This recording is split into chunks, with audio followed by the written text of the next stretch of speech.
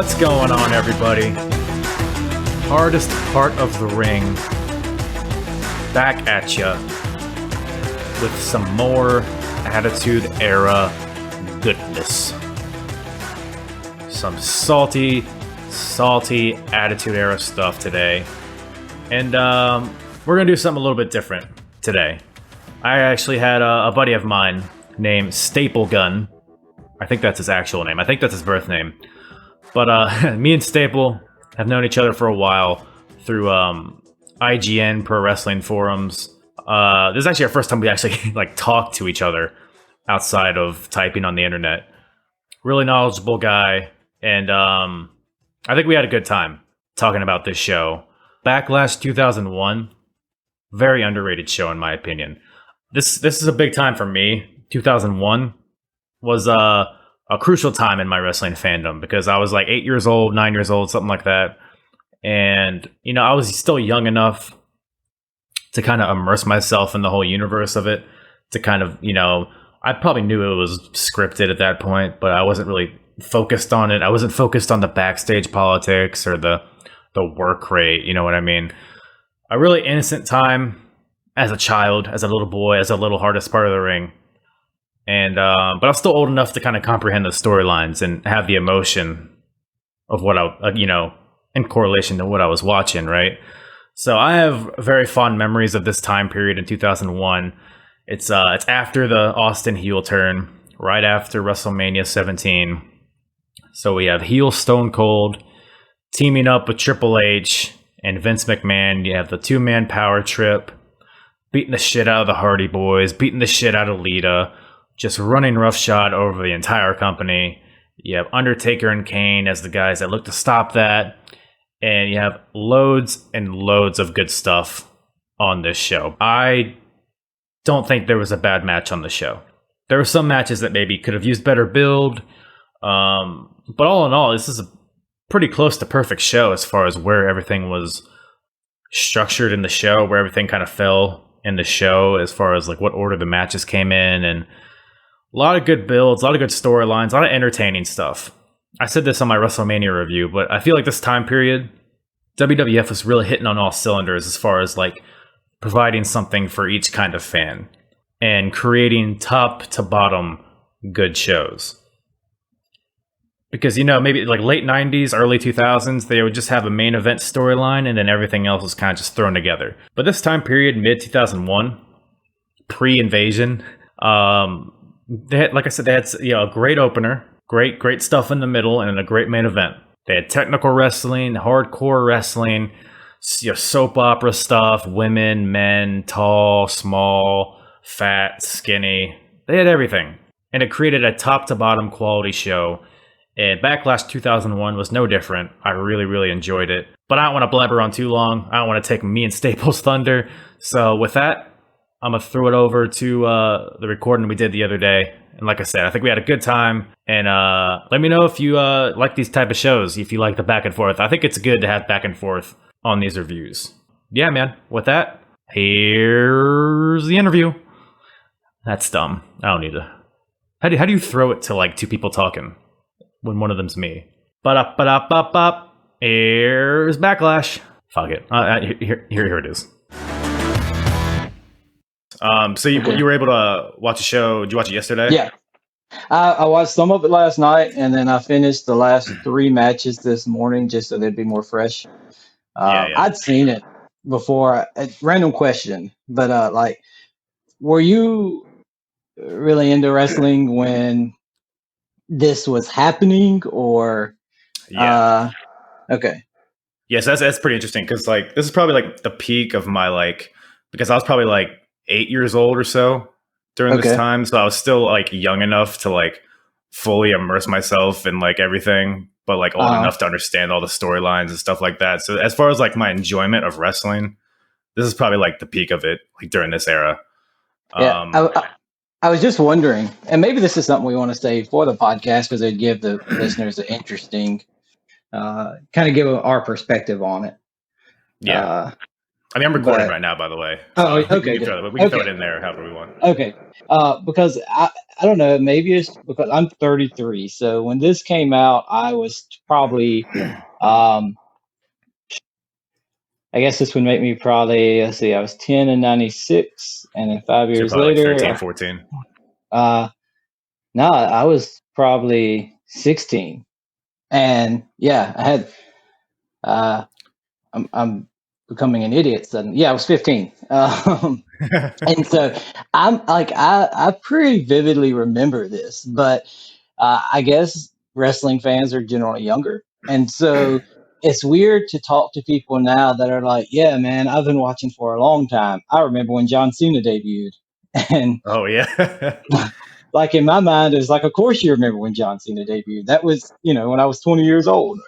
Right, Or what have exactly. you. No, I mean, I'll see the same thing. Like on Instagram, I'll see people like post something about like Nexus, and they'll be like, "Oh, this was my childhood." Like, what the hell, man? And so, Yeah, it's I was crazy. wondering how aware of this you was because I actively remember the 2-man power trip, and Oh I yeah. don't know, it's just Well, it's weird because I but haven't yeah. seen this show in a while, like in its entirety. But there were Uh-huh. certain points in the show where I like got deja vu, where like I remember exactly where I was when I first watched it. So I guess it had a pretty significant impact on me. I guess it was kind of just that time period where I was watching where I was really really into it. And Um, on the opposite end of that, there's something I totally forgot how involved Vince McMahon was in the 2-man power trip.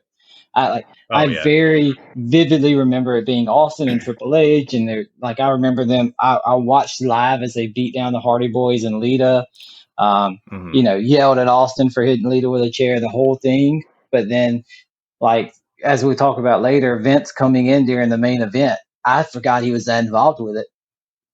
Yeah, I forgot he was involved like in this match. I knew like the whole thing with WrestleMania and Austin Yeah, shaking his hand and whatnot, but like yeah, during this time, like in the Raws and Smackdowns leading up to this, because I was a huge Hardy Boys fan when I was growing up. Like they're my favorite wrestlers, and obviously you have Austin and Triple H who are these dastardly heels. So I remember being very very into it because I love the Hardys and like when they beat down Lita with the chair and all that stuff. Man, I was so hyped for it. Like I was so angry at them. Like I vividly yeah. remember being a kid watching this and being so invested in everything they were doing.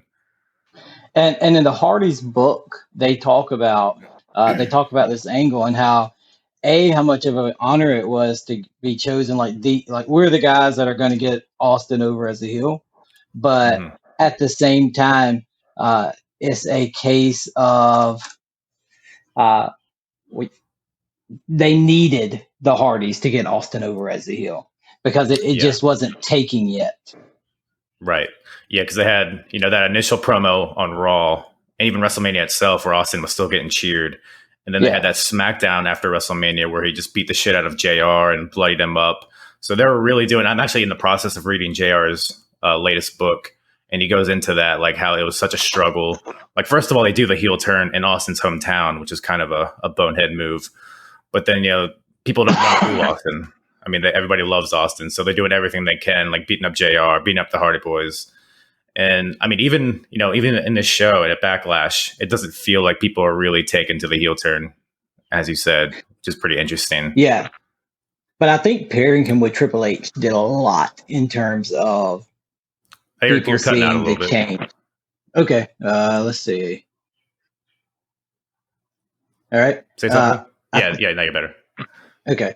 I think pairing him with Triple H did a lot in terms of people accepting this change. Yeah. But yeah, you want to dive into the show? Yeah.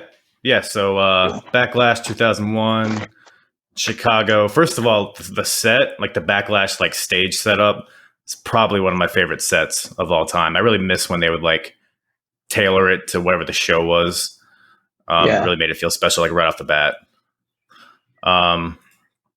So first match, we have X Factor versus the Dudleys. So we have Albert, X Pac, and Just Incredible versus Bubba, Devon, and Spike. This match was pretty solid. It was definitely an opener match. It's not really necessarily something I would like go back out of my way and watch. They kind of hit all their beats. It was kind of a greatest hits as far as the Dudley Boys go. So it was a solid match, kind of short. but it served its purpose. X Factor gets the win with a double super kick, which during this time period, they're kind of working to build these guys up, which I totally forgot about. But then after the match, they keep the crowd happy with a little table spot. They do a 3D on X-Pac post-match. So the crowd was really into it, especially the post-match kind of stuff. So I think it served its purpose and was placed well on the card. What about you? Yeah. Oh, I definitely agree. And, both of these teams are kind of weird because Spike was such a perfect fit for Bubba and Devon. I mean, obviously you have their ECW past and all that, but I looked it up. And in their entire history of WWE, WWF, Spike and Bubba and Devon were in 6-man tags less than 15 times. And really? Yeah, it seemed, because I was thinking about it, I was like, these guys, they just work so well together. Why don't I remember more? And that's because there really wasn't more. And they came in and they had about 5 or 6-mans. And then late in 2004, they had another probably 5 or 6. But outside of that, they didn't interact very much. Now, they had some house show stuff where Spike would step in for Devon or Spike would step in for Bubba. For various reasons. I don't know what those are, but probably just somebody had a night off. But it just works so well because Bubba and Devon are such an established team that having that third guy in there who can be the face in peril and does so well, you would have thought they would put together more. Yeah. No, I agree. I think like in a year's time after this, they do the draft, right? Where Bubba gets drafted to Raw and Devon goes to SmackDown. So I think that played a big part in it. I think Spike was just so versatile in the card and he could be used in so many ways. So he didn't really need to be paired up with the Dudleys, in my opinion. But yeah, that's interesting. Yeah. I would have guessed they would have been paired together a lot more. And then you had X Factor, who, like, you love X Factor. To me, you're a mark for X Factor. I like X Factor. First of all, keep in mind, I'm 15 when they come out. This is 2001, and they use Uncle Cracker as theme music. That is like... And then you were sold. Yeah. I remember a friend of mine calling me, and I went to his house, and he was like, dude, I have X Factor's theme music. I got that CD. And but I mean, if you really kind of take a step back and look at it, they had potential, but they were based around X-Pac. If not for being based around X-Pac was a very good utility player, but he was not a leader. Right. But yeah, I like X Factor. And here's what you said. This was a great opener match. And here's what I think made it a great opener match. The whole point of an opener is to get the fans involved, right? Right. The Dudley Boys, especially with Spike, are so easy to love. X Factor are so easy to hate. And so immediately the crowd are like, I'm into this.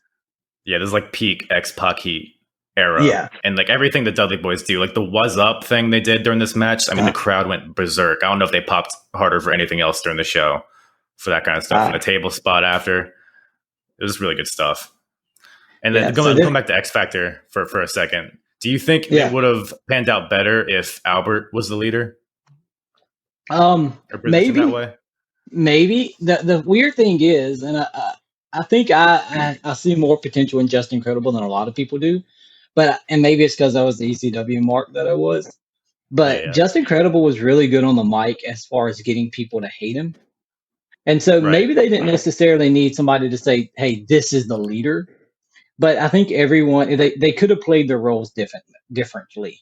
If you had Just Incredible on the mic more to draw heat, if you had Albert come out as the heater where he's just destroying everybody, and then you have X-Pac do his thing, I think they could have been good. It was all the right pieces in all the wrong places. Right. Yeah, I'm not super familiar with Just Incredible myself. I never really watched ECW growing up. I really only know him from X Factor, really, which is probably unfortunate. But I mean, the few times I have seen him on the mic, he is definitely very competent. He's very good at being a little shithead. And Albert, I mean, this match, Albert, I think really shined. I forgot like how like smooth this guy was. I think it's a real shame he like never really amounted to too much more than this. I mean, he was a pretty big factor like later on SmackDown, like 2003, 2004. But I'm kind of surprised. Like, even like I'm surprised Vince didn't see him and like try to do more with him personally. But it's funny you say that, but there are so many times where Albert is very significant, but he's also very forgettable. Because you talk about the 2003 TNA, not the brand, but the Test and Albert, they were a pretty big deal tag team. They were probably towards the top of the tag team division for a little while. Then you have this time you have he comes back as Tensai later and beats John Cena and fails. You have him teaming with Brock Lesnar and Big Show and Matt Morgan and Nathan Jones against Team Angle. He had so many different roles throughout WWE where he was either significant or just entertaining, but I don't know. It's just apparently something was there. Very consistent. Nothing else. Yeah, a highlight of this match that I really liked, and I think it was even in the picture-in-picture thing. But Spike and Albert are in the ring together, and to me, it's worth going back to watch just because it's so humorous. And Albert goes to get a tag, and Spike tries to fight him off. Albert just reaches down and grabs Spike by the back of the pants, picks him up, and carries him over to his corner and tags in. Yeah, yeah. I loved it. Was like the SmackDown or Raw before this. Albert like picked Spike up like in the ring in a military press and like literally threw him like 10 feet out of the ring. Like it was so funny to see like the size discrepancy and how it was like just a test of how far he could throw Spike. Yeah. So yeah, it was good stuff there. All right. So you want to do like star ratings for these matches? Yeah, we can. I had this ranked as the sixth best match on the card. I really liked it, but this was a really, really good card. I forgot how good it was. I would say, I don't know, 3 stars, whatever average is. It did its job, was nothing spectacular, but did what it was supposed to do. Yeah, almost the exact same for me. I gave it a 2.5, which is half of 5. But I mean, it really could have gone either way. It was, like you said, it executed what it was designed to do perfectly and kind of set the tone for the rest of the show. Next match, we have Rhino versus Raven for the hardcore title. I loved this match. I forgot how awesome this match was.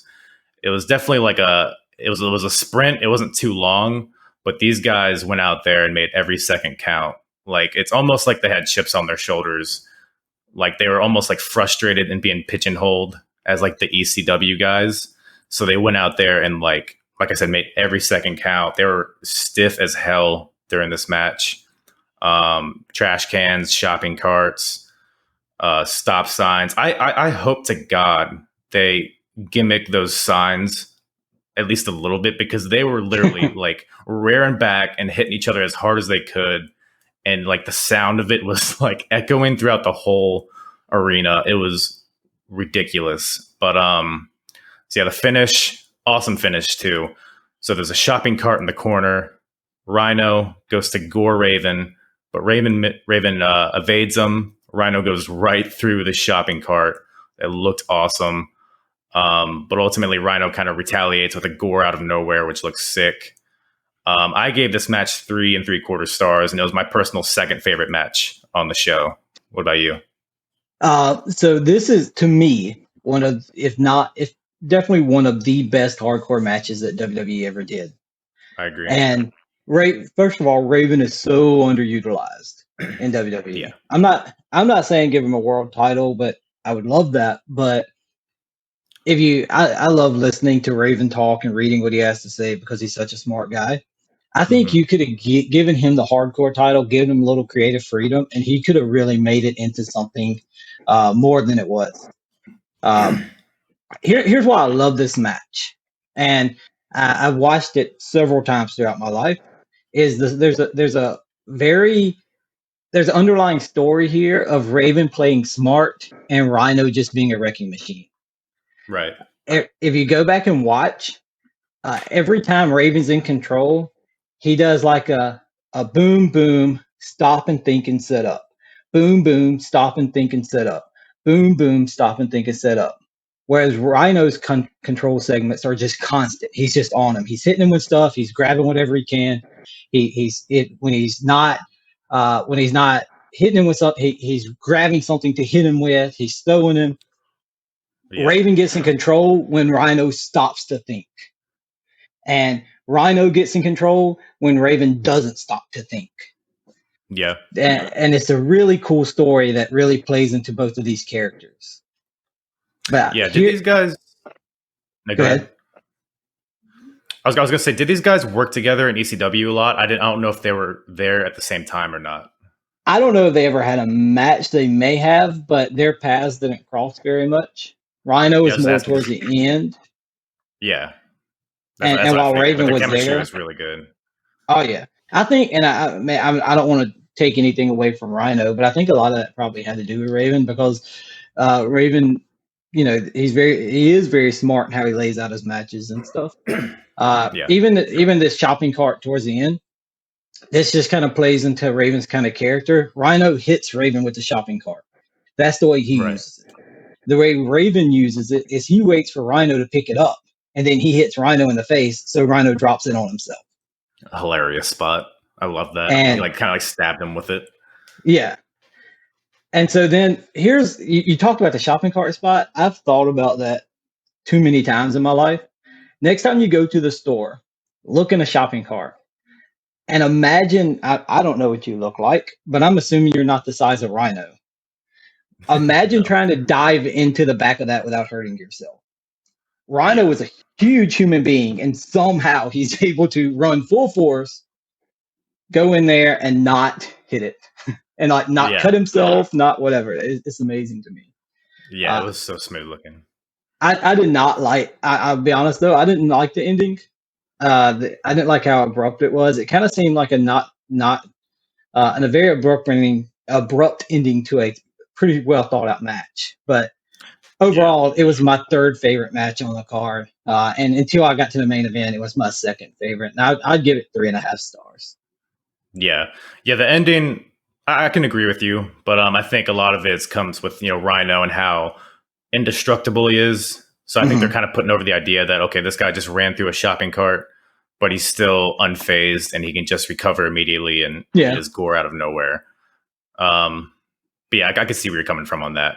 But yeah, awesome match here. Definitely one I would go back and check out. A quick match, easy match to watch. But yeah, fun stuff here. What we got after that? After that, we have Duchess of Queensbury. Chris Jericho. Man, I thought I was going to hate this match more than I did.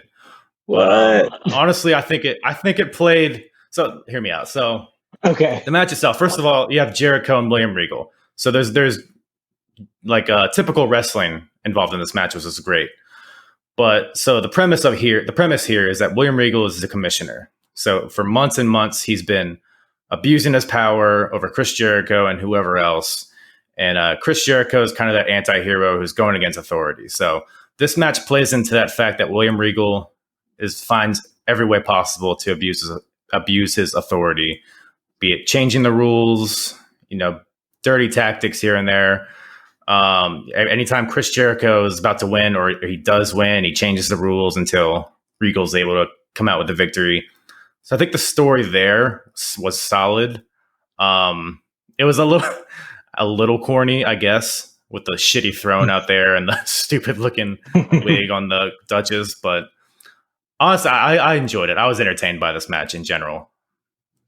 Yeah, I love this. This is one of my favorite matches, just in a stupid kind of way. You have Chris Jericho and William Regal, two of the best of all time in the ring. But there's so much going on in this card. It's followed by Angle Benoit. Right. So there's no sense in Regal and Jericho going out there and giving a super intense match. Mm-hmm. Because they're not gonna top Angle and Benoit, and even if they do, that's not helping anything. That's not adding to the variety of the show. Right. I personally would be okay. I don't know what kind of shape Regal's in today. I doubt he ever wrestles again, but I could see him revisiting this with some a heel on NXT just to kind of give that heel some comeuppance of we're gonna have a Duchess of Queensbury rules match, and Yeah. the heel is obviously better than Regal in every way, but he just keeps changing the rules. Yeah. No, I would definitely But, love it. I feel like Regal could get in ring shape whenever he wanted to. That guy's just a monster. But yeah, good stuff here. The round one thing made me pop. yes. I forgot. I forgot. I knew like he would change the rules, but I forgot exactly what he did. But that was such like a ridiculous premise in like a WWF match. But yeah, overall, good stuff. It was my third favorite match on the card, personally, just because all the character work and stuff what I thought was executed perfectly. Regal is. Go ahead. No, you good. Regal is so good in that I was thinking about this when he was coming out, and it's a Kurt Angle thing too.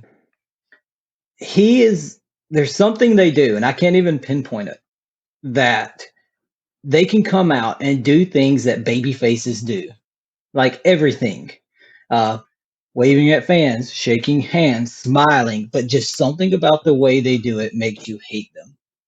Yeah. If it was anyone else, you would be like, "Oh yeah, he's a good guy." But there's just something they carry that makes you go, "No, I'm not supposed to like him." Yeah, it's that Regal's smug face and the way he walks, like his body motions. He's so good at just coming off as a dick without even like saying anything. Yeah, exactly. Yeah. And Jericho wins this match 3 times. Yeah, exactly. So you keep Jericho looking strong, but you also keep Regal as that, that authority figure that everybody wants to hate. So I think it really served its purpose for both people. And Jericho does a great job of kind of using the rules to his advantage. It's like he finally catches up to it. You see him going for a lion tamer. And as Paul Heyman or JR1, I can't remember which, yells, "You can't win by submission." Jericho kind of shrugs and just low blows Regal. And, kind of plays up, hey, this the babyface is smart too. Right, exactly. Yeah, I made note of that too. I'm glad you brought that up. It was definitely a good story that was told like throughout the match. I think that's pretty much all I got on that one. Yeah, fourth best on the card for me, and I'd say 3 stars. Really, really good leading into Angle Benoit. Yeah, it's definitely, and you brought up the variety earlier, and I think that's something that they did so well during this era.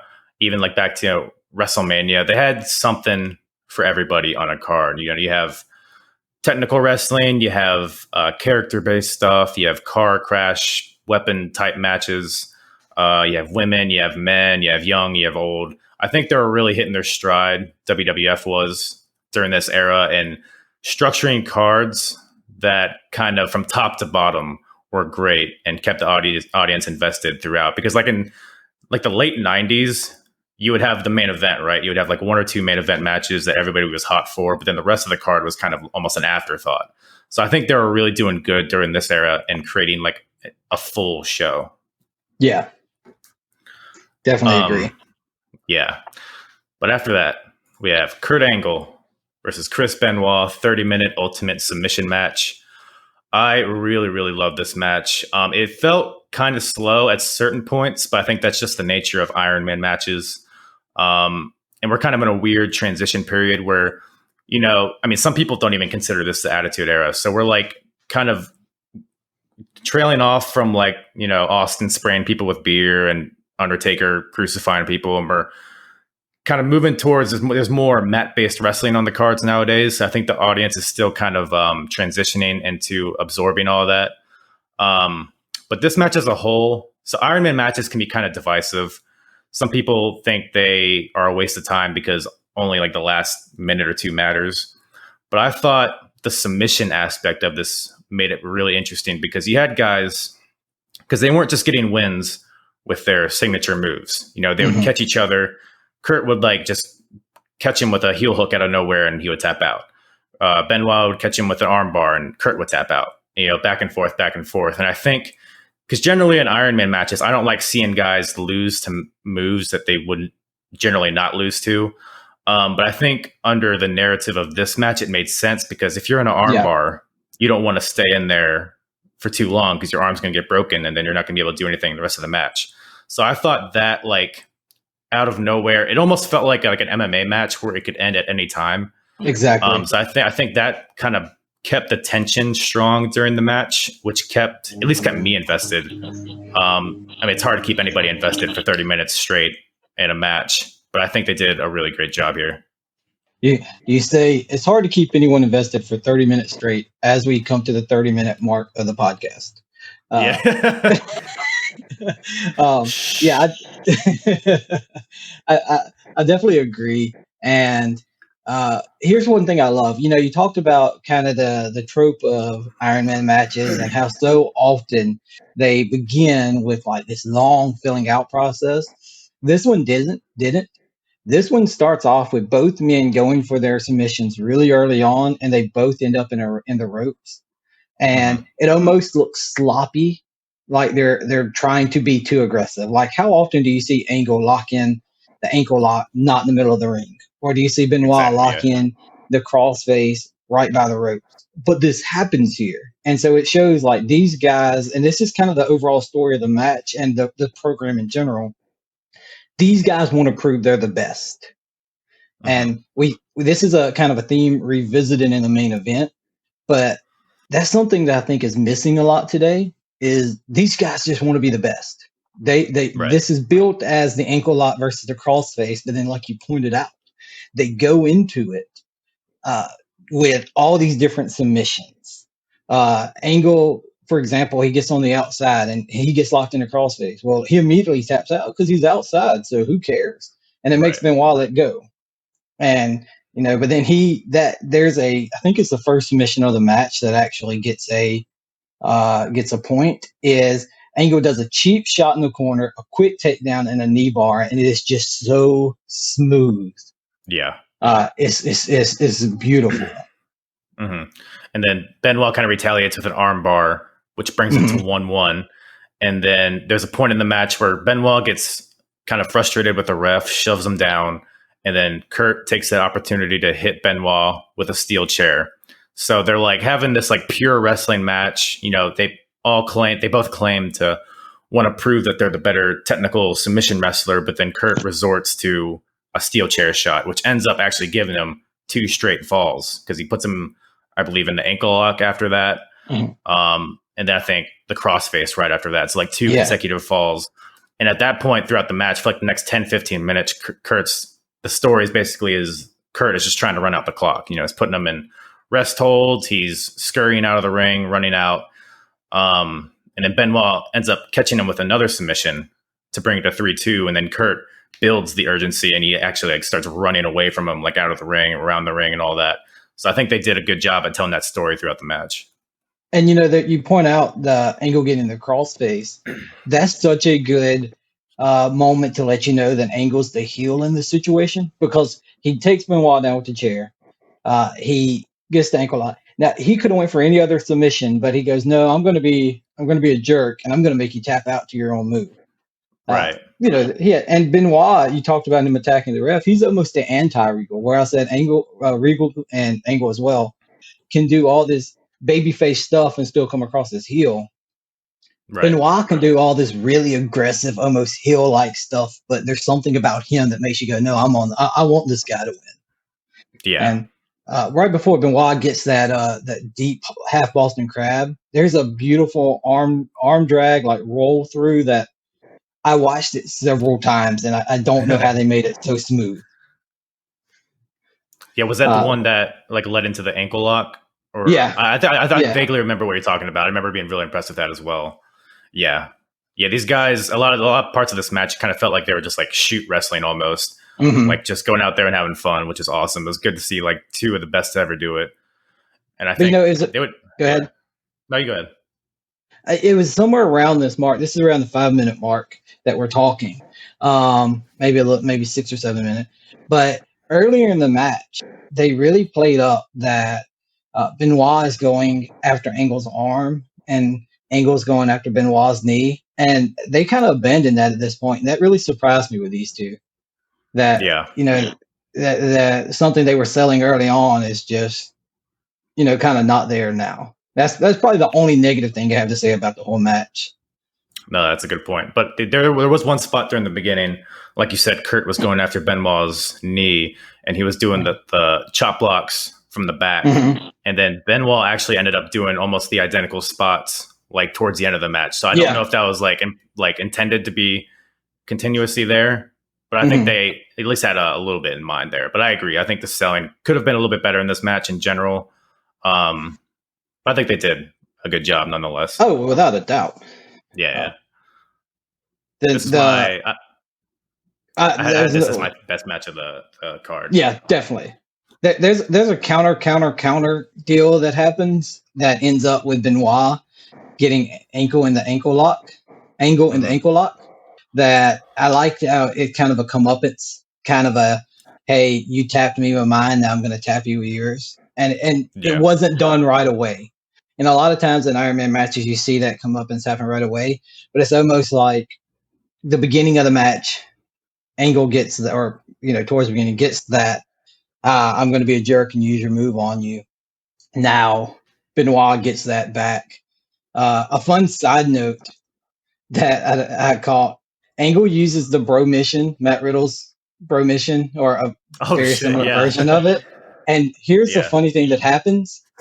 Like a couple seconds, or maybe a minute after he does it, JR yells, "Look at these stallions." Wow. That's crazy. I think Heyman summarized this match the best. He said, "I have no problem calling Chris Benoit the winner, but I hate to think Kurt Angle is the loser in this match." Yeah, for sure. I think both these guys, I think they had a match at the Royal Rumble 2003, maybe. That's probably my favorite match that these two ever had. But every time these guys were in the ring, great chemistry, for sure. Yeah. But yeah, this got to be like a 4.5 star match, best match on the card. Yeah, I gave it 4.5 myself. Awesome stuff. What we have now. Next match we have Shane. a little bit of a different theme here. Definitely, it was shorter than I remember it being. It was also a little slower than I remember it being. This match really is just for that spot at the end. Although there is the chloroform spot at the beginning, which is hilarious. It's wonderful. Yeah, they never say smart. Chloroform. Yeah. Some substance on a towel. What is that? I can smell it. I love how the commentators and the ref were all like selling how like pungent this thing was, and how Shane had to put a mask on. So I think it was well done for what it was, but it was a little silly. Let's see. Yeah, just a lot of brawling on the outside. Test gets involved because in the lead up to this match, Test and Big Show have had some issues. So that Test and Big Show fight up the aisleway to the stage. Shane takes his time to recoup, attack Big Show from behind, but then Big Show pulls a pipe out of nowhere, starts chasing Shane, and where else could Shane go but to the top of the Titantron? Test and Big Show keep fighting. Test gets him down on the platform. Crazy spot here by Shane, jumping from the top of the Tron onto Big Show with the elbow drop. Test ends up having to pick up Shane, of course, and hold him on the little camera crane there. Last man standing match rules, so Shane is up on his feet technically, I guess, gets the win here. Yeah, like I said, pretty quick match. It was pretty much just for that spot. Yeah. But I mean, it was a spot that'll live forever. I mean, I forgot like how high, like it felt like he was in the air forever when he was falling on show. And it's, to me, this is peak Shane McMahon. This is Shane. He's hit and run. He's cheap and he's fearless. He does whatever he has to do, and he's dangerous despite not being skilled at all. Like once he's caught, he's in trouble. But until you catch him, you're going to work. And elusive. You talked about the chloroform. I think this is the only time I've ever seen in wrestling where a wrestler uses chloroform and the fans are chanting his name.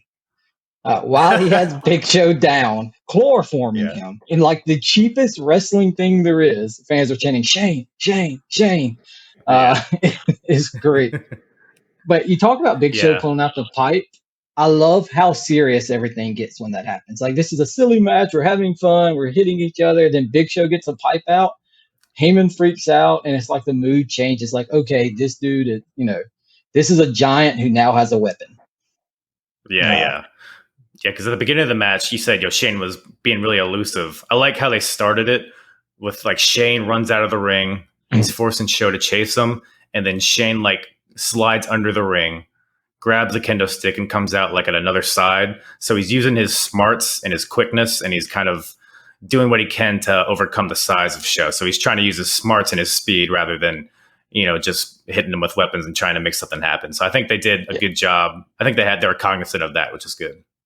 And that bump, there weren't crash pads down there. We see, like, that kind of stuff happens today, and there's crash pads under there. Looking at it, there might have been some boxes or something, but the dude jumped on the plywood, which is just nuts. And then using that jib camera to hold Shane up was just so smart. Yeah, that was a good little addition there. I like that. Yeah, they must have had something. I mean, it's definitely not, what Kenny Omega did when he hit that one-winged angel onto Sammy Guevara. I don't know if you saw that, but I'm sure I did. It's progressed much more today than what it was back then. It was probably just throw a bunch of cardboard boxes or something in there. He'll be fine. Fuck him. I think this match said a lot. I think it did a lot in setting up what they hoped the invasion would be, of kind of WCW being the little engine that could. Of course, fans turned on it. It didn't work out that way, but you see Shane be resilient. He's willing to die to win. And I think that would have been a great idea for the invasion storyline that ultimately did not pan out. But, it's the small guy going up against the giant. And the small guy has to do everything possible. He puts his life on the line in order to take down this giant. And there's no doubt that Vince McMahon saw WWF as the giant and WCW as the little engine that could. So I think there was some cool thematic stuff here. No, yeah, that's a good point. And I think, because like I said, I was reading JR's book, and he goes into WCW and the buyout and, like, what the plans were for them. And I don't know, like, what exactly the timeline is here, but I know at a certain point, Vince just wanted WCW to be, like, its own separate brand. He wanted WWF on Mondays and WCW on Thursdays. And I don't know if this is still that time period where we're still trying to build up WCW as, like, a viable, something that fans want to tune into and get interested in. But yeah, that's an interesting aspect, like the David versus Goliath aspect of it. I didn't really think about, but yeah, that makes sense. Especially when you think about, and Vince knows this, we don't at this time.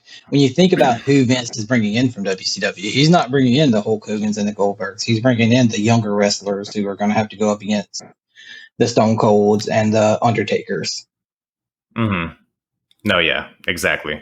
Yeah, it's interesting. It's a weird period here between, like, Austin's heel turn and the invasion, but a lot of good stuff here. This is the fifth best match on the card, and I would say it's along the lines of the Dudleys and X Factor, that it served its purpose as, solid 2.5, whatever average is, 2.5, 2 3/4. Told a nice little story, but yeah, pretty much same here. I gave it 2 stars just because the match itself was what it was, but as far as, what it was meant to do, what it was designed to do, it was designed to give you that moment, and it was a crazy one. So I think they executed that really well. So match after that, we have the European Championship on the line. We have Matt Hardy versus Christian versus Eddie Guerrero. So these guys are, like, three of the best to ever do it. I think technically this match was very good. It was very smooth. But, coming after, first of all, you have Kurt and Benoit having a 30-minute Iron Man match. Then you have Shane McMahon jumping 50 feet to his death. And you have the main event coming up after this. So this match did not stand a chance as far as the crowd goes. Even though they were, doing everything, all the moves and all the transitions and the story within the match were all great. The build up to this match was pretty much non-existent. It was kind of thrown together at the last second.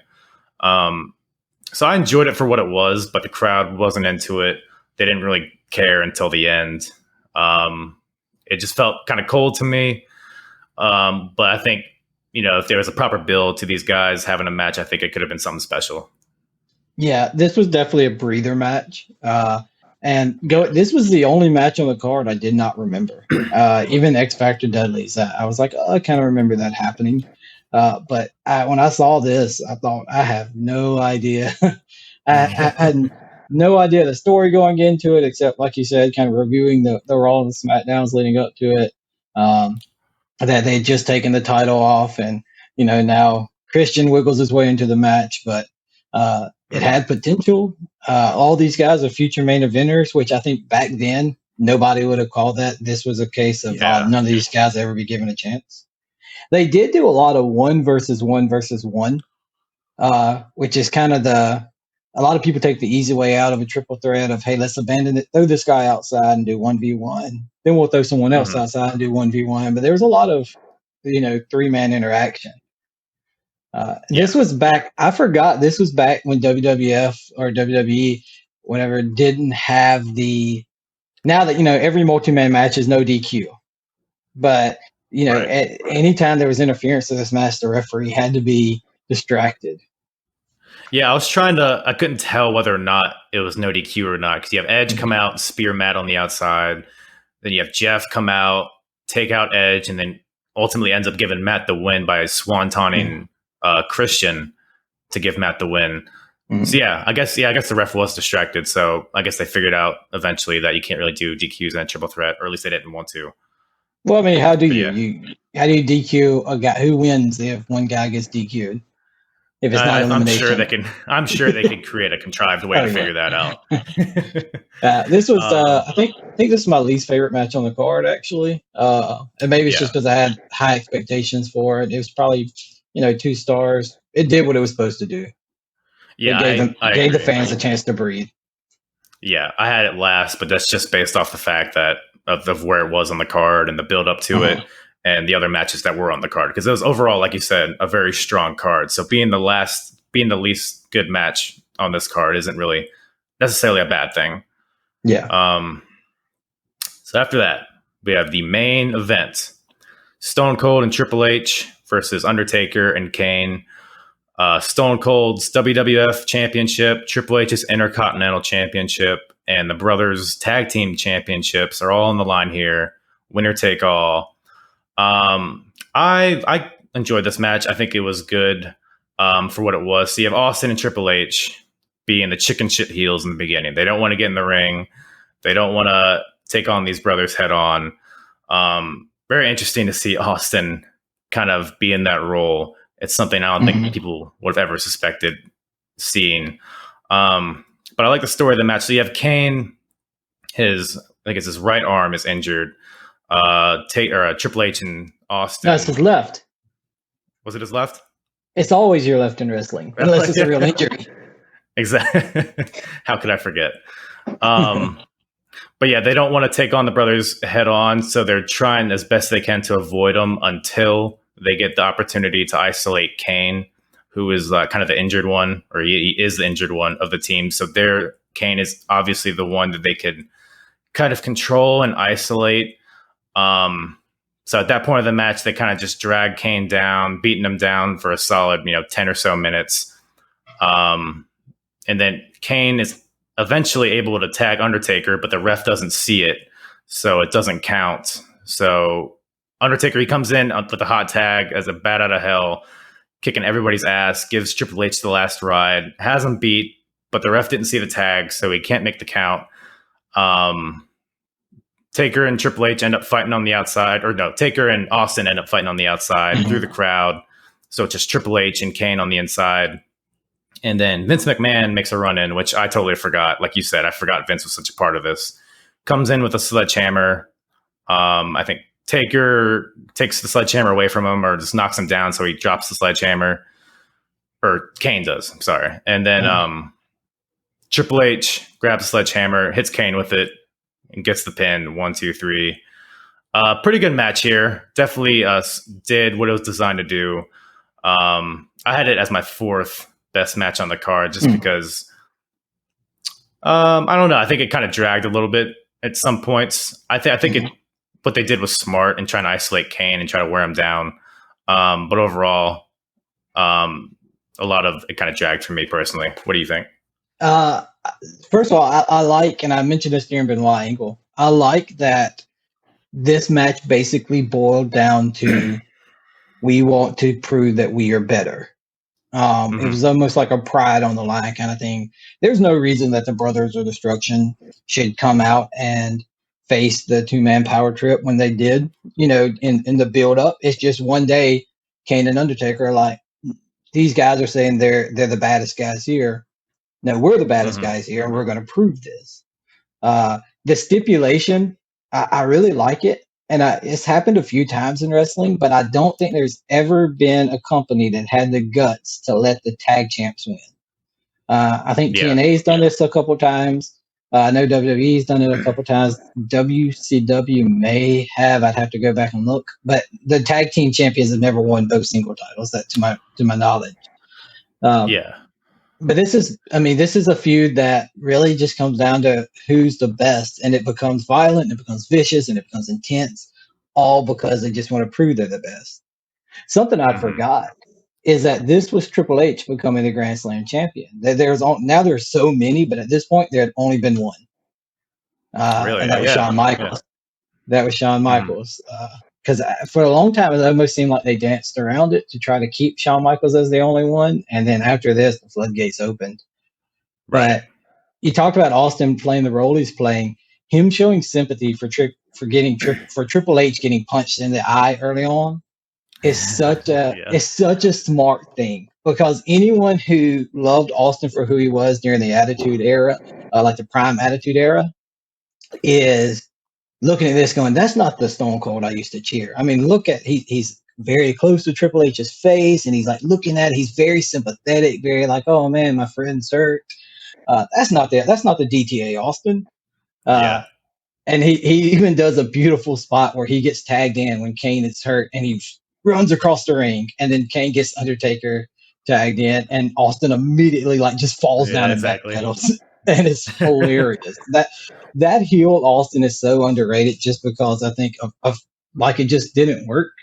Especially, I think it would have worked better had Triple H not gotten hurt. This was actually less than a month before Triple H tore his quad. Right. And so I would have been very interested to see where this is going. This is also prime Kane to me because this was Kane that he was monster enough to be scary and intimidating, but he wasn't so much monster that he couldn't get sympathy and he couldn't sell. Right. He was likable, but he was still like a juggernaut. So, I love this. Go ahead. There was a talking about Kane. I think it was the SmackDown before this. The main event was Kai and Tai versus Austin and Triple H. Yeah. And they're doing the gimmick. They have the voiceover. Kai and Tai does, but they do it where Taker and Kane are doing it. So Taker does Taka's part, and then when Funaki takes the mic, you just hear Kane go, "Indeed." I completely forgot about that. It made me laugh my ass off.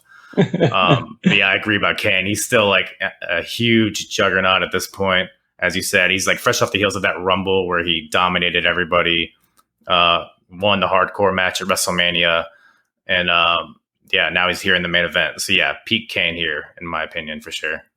I'd also argue this is kind of peak Undertaker for me. I love this version of the Undertaker, and we're kind of seeing this a little bit now, to where he's still able to be this man you don't want to mess with, but he's also able to show emotion. He can show frustration that Kane's getting beat up. He can show concern that, hey, I don't want to tag Kane into this match because he's injured. It's my brother. Right. But I love the amount of times that Kane was in the ring getting hurt or getting stomped on or beat on, that you would see Undertaker just kind of walk around towards the edge of the ring and then be pushed back by the referee, and just the look on his face of like, I want to do something. Stephanie took some bumps in this match. Oh my God, that big boot she took, she got shot out of a cannon. Yeah. Even when Earl Hebner shoved her, she took an apron. Hey, the hardest part of the ring, Stephanie took a bump on her. That's branding. That's branding. He pushes her, and she doesn't just kind of fall outside. She falls on the apron, then falls to the floor. And I so mean, a few weeks ago, she took a twist of fate that was better than a lot of guys take it nowadays. So yeah, Stephanie, she could do stuff in the ring. This was such a generic tag match and how it was laid out, with the faces initially dominating, and then the heels do something cheap, and then they isolate someone, and then you get the hot tag, but the referee misses it, and the good guys had the win, and then the bad guys. But they put all their own branding on it so much that they took just a very generic formula, and they did such a good job working it. This was one of my favorite matches of the night. I think I had this as my second favorite behind Benoit and Angle, just because of how well the story was told. Yeah, I loved behind that. I loved Kane, his selling there, and how I forgot how good Triple H and Austin worked together. Oh yeah, for sure. I mean, they faced each other so many times. I forgot, by the way, how soon after their blood feud this was, because at No Way Out, 2 months earlier, they had that 2 out of 3 falls match, just beating each other bloody with barbed wire and a cage with sledgehammers and all that. And then 2 months later, they're buddy, which they did what they could to make it work. And watching the Raws and SmackDowns leading up to it, I think it made sense a little bit. But yeah, very strange to see them working together. But I agree. I think they did work together very well. And I think a lot of that comes with how much they worked together pretty recently before this. Yeah, I really would like to have known where this was going, because, like I said, this is in late April, and Triple H tears his quad on May 21st, and so I'd been very interested to see where this was going to end up. Yeah, I've always been, because with the invasion coming up, I always wondered where Triple H would have factored in there. And, watching this 2-man power trip, you have Austin as the WWE champ. You have Triple H as the Intercontinental champ. Triple H is almost positioned as the sidekick of the duo. So I think, if I had to guess, I think ultimately they would have led to, Triple H resenting Austin.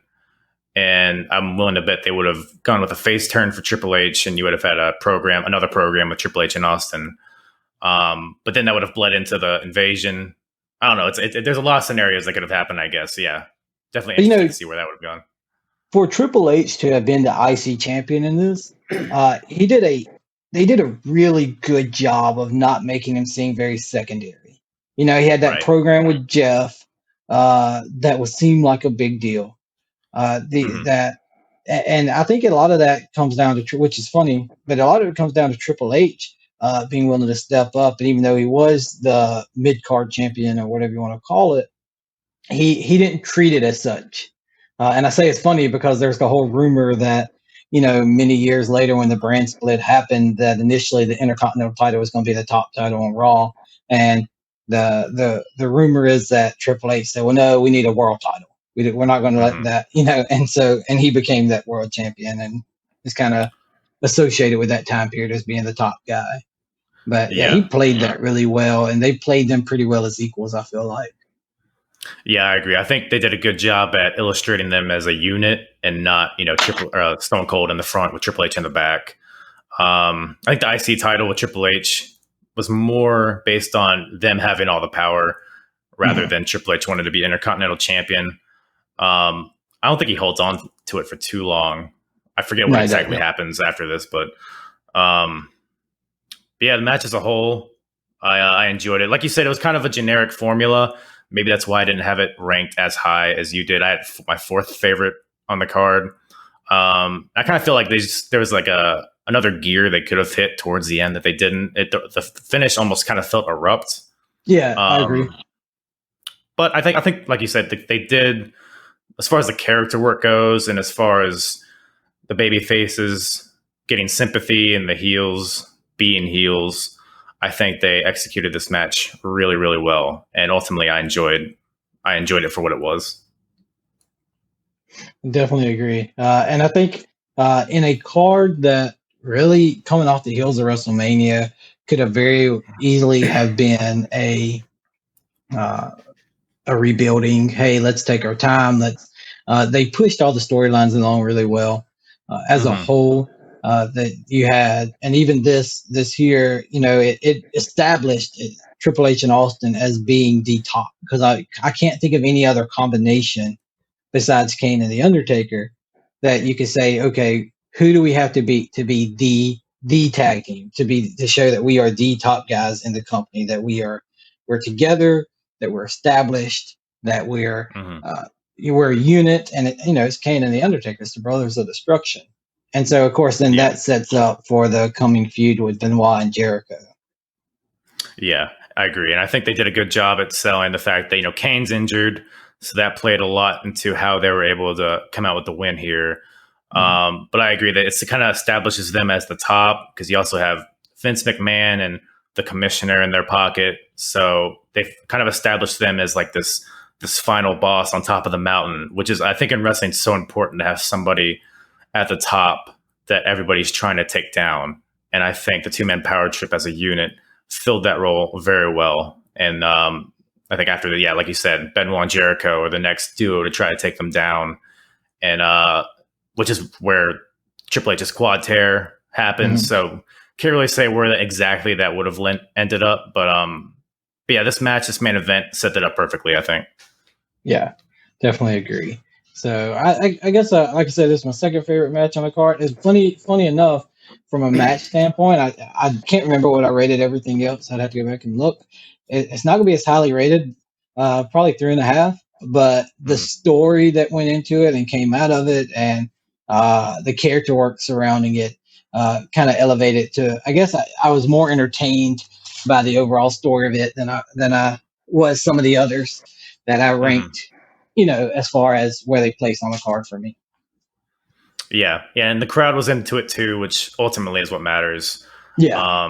Which is another interesting aspect of it, because you have 4 titles, the 4 main title, or I guess 3 main titles in the main event. So you have to fill a whole rest of a card with not that many title matches. So I think overall, looking at this show, I think they were able to overcome that very well. Not having to rely on title matches so much, and relying more on storylines and kind of creating a top to bottom show. Definitely. So, and overall, I think a lot of that has to do with this, as I mentioned in Benoit Angle and the main event, which even had the titles, is there's a feeling of, I want to be the best. And I think that's kind of missing today a little bit. It doesn't seem, and not to make this a whole then versus now thing, but back then, everything seemed competitive in wrestling. Yeah. Even in something as silly as Regal versus Jericho with the Duchess of Queensbury rules. Jericho was trying to come out on top to prove that, Regal was just this, he shouldn't be in the position he's in. And Regal was trying to prove that he should be. And he's used his intelligence and his power to prove that point. So, yeah, I think nowadays there's almost like not a passion that's missing, but like, I think the way we've progressed as a society, like a lot of storylines nowadays are almost like tongue in cheek, because fans are so tuned in to how, people are getting built, how storylines are structured and all that. So it's hard to really like immerse yourself, at least as a fan and maybe even as a wrestler, into those storylines. I think back here in 2001, everything feels real. And I think there's more of a focus on kind of really, absorbing your character and carrying that through the match. So yeah, I would agree. It seemed like in every match there was like, even like something silly like the X Factor Dudley's match. You have the Dudleys come out, they're in the ring, and then as X Factor is making their entrance, like the Dudleys are all like, just like ready to pounce in the ring. They're like really like glaring at him as X Factor walks to the ring. Like little things like that make a hell of a lot difference as far as the emotion in a match goes. In the beginning of the main event, you have kind of a similar thing, which Undertaker and Kane, they're in the middle of the ring. And you don't feel like either team is in a bad position, but you also feel like they're both exactly where they want to be. Undertaker and Kane are on top of the mountain. They're in the middle. They have the high ground, but then you have Triple H and Austin kind of pacing around the ring, looking for their shot. You guys can't go anywhere. We have you surrounded. Of course, this is before Triple H gets punched in the eye and Austin has to see to him. But it sets up a very, very good, image for the beginning of the match. Yeah. Like we said, Austin being sympathetic to Triple H, Austin not wanting to get in the ring, not wanting to confront Undertaker or Kane, backing down when Undertaker gets in the ring. I think all of that, as you said, he's not the Austin that people grew up watching him in the past few years. So I think that was their mission. And because people didn't want to boo him initially. Yeah. And that was because Austin was still the same Austin. So they have to do everything they can to distance Austin from the old character that he used to be. And I think a lot of things he did in this match did that very well. He never gave people a reason to cheer him the entire time. If you go back and look there, right. The closest he came, he did one Luthez press, and he attempted a stunner one time. That was it. Mm-hmm. Everything he did nothing else that was classic Austin. Exactly. Yeah. So super smart wrestled, in my opinion. I agree. I think both teams came out very well in this match and set up the future. Overall, the show, like we've said, a very good show, top to bottom. If you had to rate this whole show out of 10, what would you give it? Out of 10, I'd probably give it an 8 out of 10. I was thinking the same thing, yeah. 8.25 maybe, just because it was so much better than I remembered it being. Not that I remembered it being bad, but it's not a show that I think top pay-per-views I watched Backlash 2001, but it's definitely a really, really good show.